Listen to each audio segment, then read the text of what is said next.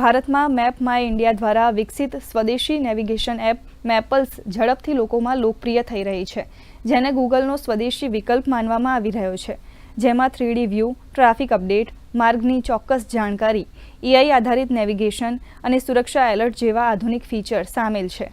તેના ઉપયોગકર્તાઓને offline map અને ભારતના દરેક ખૂણાની વિસ્તૃત જાણકારી મળી રહેશે.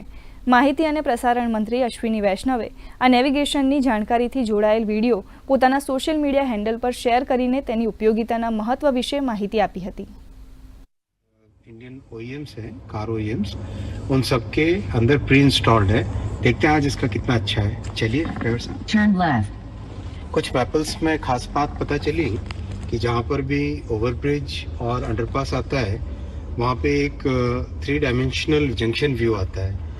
और भी कई अच्छी चीज़ें पता चली कि जैसे किसी भी जगह हम पहुँचते हैं उस बिल्डिंग के अंदर मान लो मल्टीपल फ्लोर्स हैं तो उसमें भी In 130 meters, enter rotary number 45 and take the 5th exit. उसमें भी लाइक जिस पर्टिकुलर शॉप में जाना है वो शॉप मैपल्स बता देता है. काफ़ी अच्छे फीचर्स हैं, एक बार ट्राई करना चाहिए.